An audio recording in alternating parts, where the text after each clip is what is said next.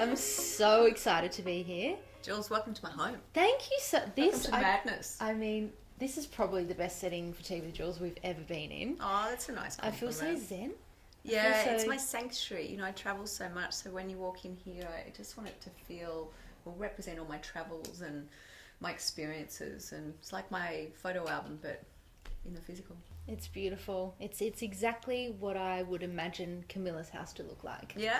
Yeah, I love it. How do you have your tea? Herbal and hot. Yeah, just any sort of herbal. I love any type of herbal, you know, I especially love chai and yeah, it's got to be piping hot. Okay, well, you've actually already sculled down a cup of tea before we've even started. It's freezing. I know, it is. And these teacups, can we just talk about this? Dorothy the dog and Mr. T. I know, I was online one night and I discovered them and I thought they were hysterical, but then I gave them to the team and the team was like, you've lost the plot. I have to get some of these. Yeah. What are we drinking today? An organic chamomile. That's lovely. Now, Camilla, we've talked about how amazingly successful your brand is, but those things don't happen overnight. That takes a lot of time. Take me back to the beginning. And how has Camilla come to be? Wow, 10 years ago. 10-year anniversary this year. Really? So, is that? Oh, yeah. Huge Huge milestone. You've milestone. done so much in 10 years. I can't believe it's been 10 years. Well, right back to sort of my childhood, you know, I was very blessed. I grew up in Watson's Bay and, you know, I was a water baby, you know, like Mum and Dad used to sort of call me Little Mermaid, and I was always surrounded by Mother Nature, and Watson's Bay is a beautiful playground for children, you know, and so I think that definitely has influenced my designs. And I grew up with a family that was very creative, you know, a father that was an architect and an artist, a mum that's a stylist and an ex-model, and actually she was an ex-buyer for David Jones. So if you look at my journey, it writes itself. But looking back, you know, when I was younger, you know, there is no way I would have thought I was going to be a fashion designer. I wanted to be an actress or a dancer, you know, like I did ballet from the age of 3, and I Russian dancing and jazz and all of that, and always on stage. And then, you know, as I grew up, you know, I got myself into working for John Singleton as a producer. So that sort of gave me the tools to be able to run a business and produce whatever you're producing, whether it's, you know, commercials or Coke bottles, you know, whatever you're producing, you need those skills to be able to run a business. So I did that, and then I went traveling around the world, and that sort of inspired me creatively. And I got back and I was like, I want to be a full-time actress. So I threw myself into acting, and Mum and Dad were horrified. But during that time of acting, you know, I used to get, you know, these fabulous characters that I'd have to play, and I used to love coming up with the costumes and help designing the costume, sometimes design the costume myself. So I got sort of tapped into that world of design, and there's very little money in the world of acting in Australia, or it's very, you know, 2% really make it, or 1% maybe, I don't know the statistics. And so for me, you know, it was very organic. I just sort of started designing my costumes, and when I launched big. I did this big opera at the Intercontinental, and I was very kind of not fashion in some ways, you know, like I was very theatre. So I had, you know, size 38 women, I had teenagers, I had pregnant women, I had very voluptuous women, and you know, and I created an opera.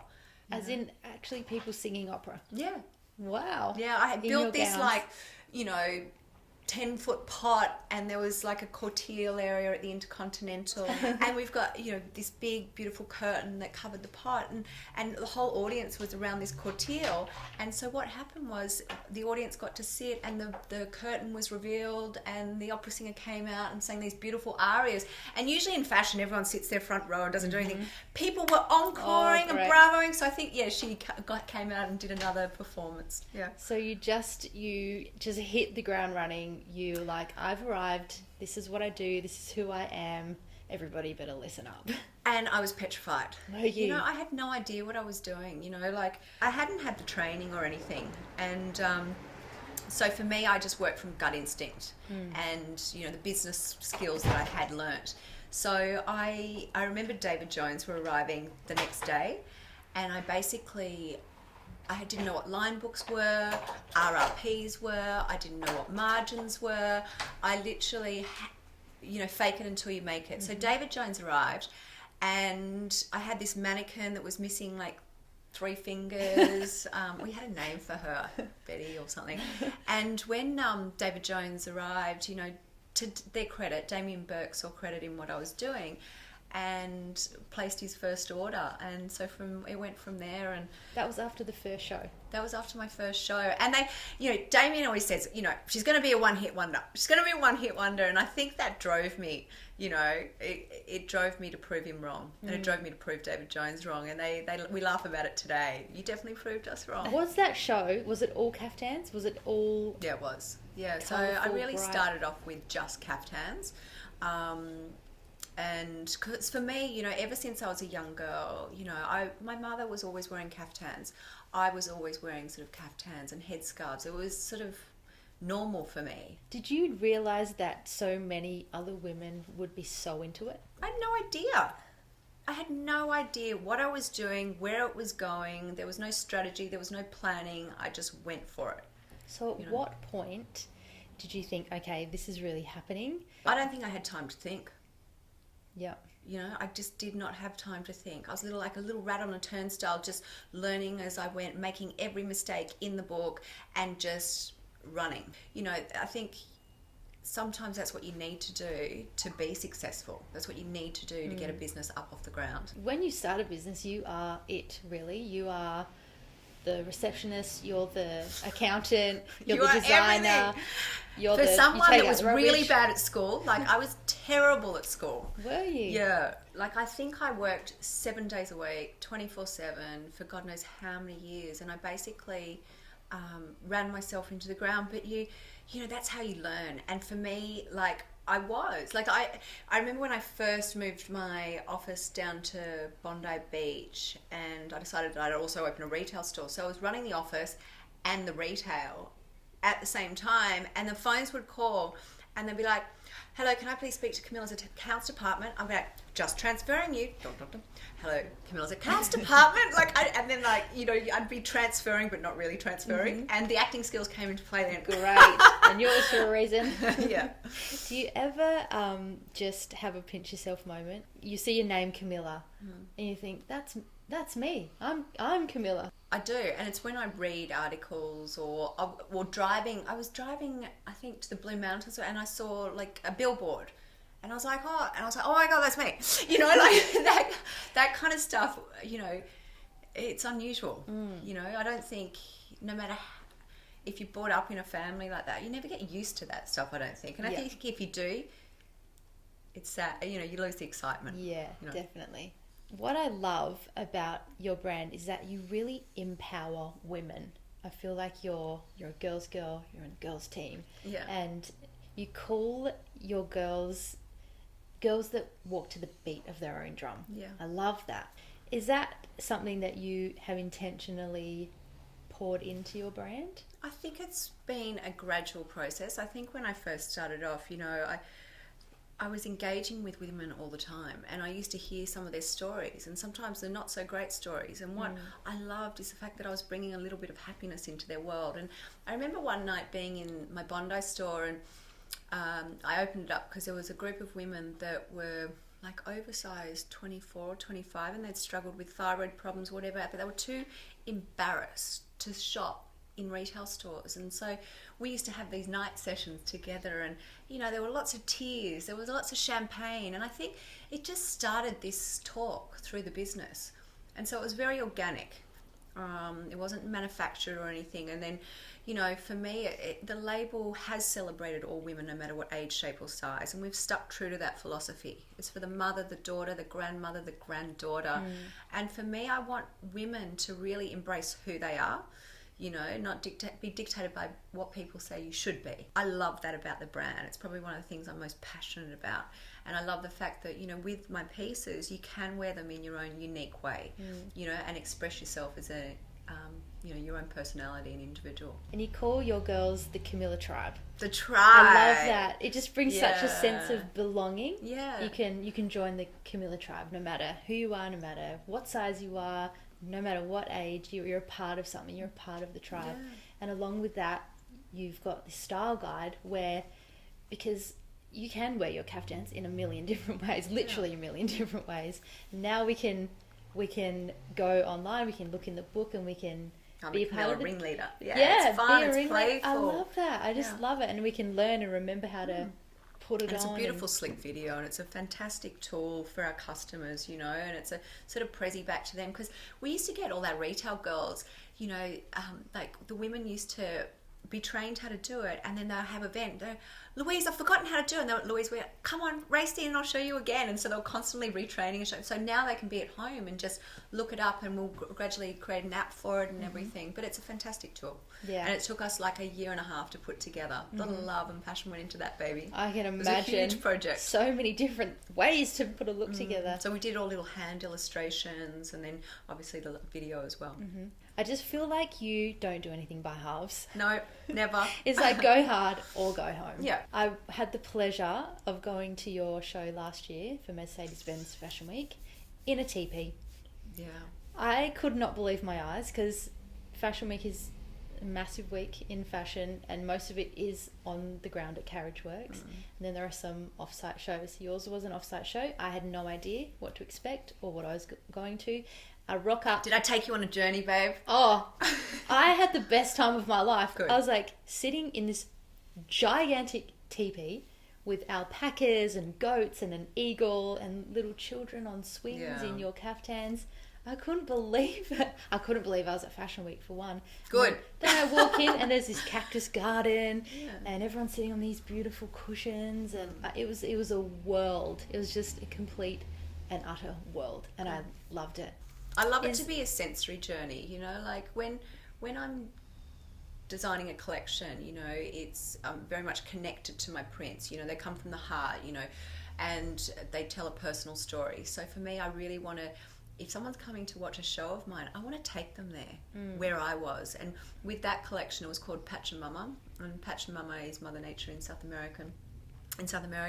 So I went trekking through South America and came back with all these beautiful visuals in my head. So I just wanted to create some of that sort of essence and this tribal feeling. And we had the sage sticks burning, and we had Glandiflora build this installation. And as you said, we had the alpacas and the beautiful macaw birds and the eagles and the children on swings and everything. And so I really wanted to tap into all the senses to take you on a journey. So I'm happy I took you on a journey. Thinking outside of the box and thinking outside of the square of what anyone else is doing, is that something that just comes naturally to you? Yeah, I don't know how to think inside the box.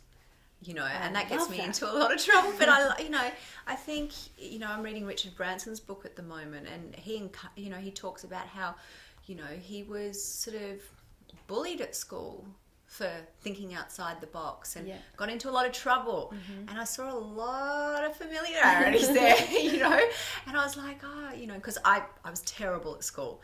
I failed everything. I easily distracted was a common thread in my report cards. I was just not, passionate about it. I think it's very important as a teenager and as a child growing up for somebody in your world to embrace that and to encourage that and to tell you that that's okay, and that it doesn't mean you're dumb or you're stupid or you're not going to do something with yourself. Sometimes you find your beat to your drum when you finish school. Like it doesn't necessarily have to happen at school. And it's really funny, like Ascombe was a school I went to, and it's just down the road from my house. And I bumped into my headmistress recently, and she's like, I just cannot believe it. Out of all students, like when I finished school, she's like, Camilla, you need to get down on your knees and kiss my feet for getting you through school, Really? And now they've asked him, have actually called a few times because they want me to go and speak to the students. I'm like, do they really want me to speak to the students? Do they remember? Do they remember what I was like? And do they want me to tell the truth? And they're like, no, we wanted you to tell the truth, the real story. So I will do that either this year or next year. It's good for kids to know that, I think, that they can aspire and for parents to to know. Like I think a lot of parents I speak to get really worried because their children aren't excelling at school, but a lot of the time they're either struggling with dyslexia or ADHD or whatever it is, and they can't focus, and sometimes they need that one-on-one, or they need to find their little thing that they're passionate about, because everyone's good at something. Everyone's good at something. And you can't all be the same. Yeah. I have a little story to share with you about one of your caftans. Yeah. My husband Guy, he went on tour with Taylor Swift a couple of years ago, and it was her birthday coming up, and we're like, we have to get her a birthday present, it's the right thing to do. It's Taylor Swift, it's her birthday, let's get her something. I was like, what can we get her? And I was like, Camilla Kaftan has to be that. Oh, it's beautiful. An iconic Australian gift. And she's a beautiful girl. She's a beautiful girl. Yeah, so, talented. Oh, dynamic, ridiculous. powerful. Yeah. So you're welcome. Taylor Swift has one of your gowns. Thank you, babe. Which I'm sure she probably has. But you have dressed everyone. You've dressed Oprah. I mean, we can all go home now. You dressed Oprah. J-Lo, Beyonce, so many. I don't think that's hit me yet either. Beyonce. I know. Like, someone said to me the other day, write your bucket list down of all the celebrities you want to dress, and I'm kind of like, dress my favourites, and the other ones I want to dress are actually dead. You know, like Frida Kahlo. Yeah, congratulations. Thank you. Absolutely. I mean, no, I'm so like humbled and honoured that I've been able to dress some of the most inspirational, powerful women in the world, and I think that has a lot to do with still sticking true to the philosophy that, you know, we celebrate all women, you know, and they've embraced it and they've supported me, and I love them for it. Be honest. Yeah, Have maybe. Have you ever stalked a celebrity to wear one of your caftans? I know my team has. I know Sally Burley that's in the room right now. In regards to stalking, not so much, but I, you know, being a little bit of a hippie and a bit spiritual, you know, with Oprah, the story behind that was that we were actually, when Oprah was coming to town, instead of putting our money into Fashion Week, we thought we'd put it into what we call Oprah Week. Oh, wow. So we cancelled doing Fashion Week. We were like, no, we're going to do Oprah Week. And we were like, this is going to happen. We had Oprah Loves Camilla, Camilla Loves Oprah all through the house, like my personal home, in my bathrooms, at the office, because I had this gorgeous girl working with me, Sarah, who's a bit of a hippie, and she goes, no, you got to visualize it, you got to see it, you got to meditate on it. And anyway, so we did. And anyway, we put this beautiful big proposal together. We were going to like put a projection on the Opera House of one of my prints, and we were going to do an exclusive Oprah print. They were going to fly over. Everyone on the plane was going to wear the Oprah print. Anyway, Harpo loved the whole proposal and everything. But a jewelry company or a diamond company came in and they had more money. And anyway, and I was, you know, only junior burger. So they ended up getting it, but Oprah loved the whole concept. And when she went up to Qualia, she saw the label there and was like, oh, is this the brand that we, and so her and assistant, and next minute I knew, it just blew up. Yep. And so I think with a lot of hard work comes a lot of luck. And I think that's what happened with that. Yeah. So I wouldn't say stalking, but maybe spiritual stalking we can call it. Yeah, you were bringing it to you. Yeah. Do you believe in that? Do you believe in bringing things to you? Totally. Absolutely. Just put it out there. And the older I get, the more I believe in it, because I practice meditation every day, you know, because I'm 100 miles an hour, and, you know, I've sort of been through a roller coaster with health over the last couple of years, so I really had to tap into that, and I realised how important it is. It's good to take a minute to just breathe, chill, and breathe, especially in your sort of a life. That's what I was saying. I don't know how you do it with 2 kids. Like, 2 dogs for me, isn't it? There's not a lot of time for centering when you've got 2 kids yelling at you. Yeah. Now, can we talk about love for a minute right now?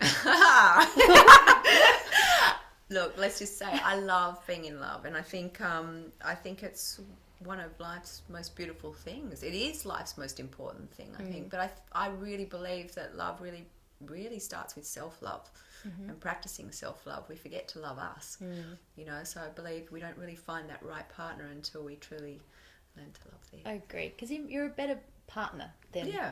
You're a better partner when you are okay with yourself. Yeah. Now, tell me, you've had a very successful career, obviously, 10 years of it, but I'm sure there have been setbacks and roadblocks and things that have tried to stop you along your way.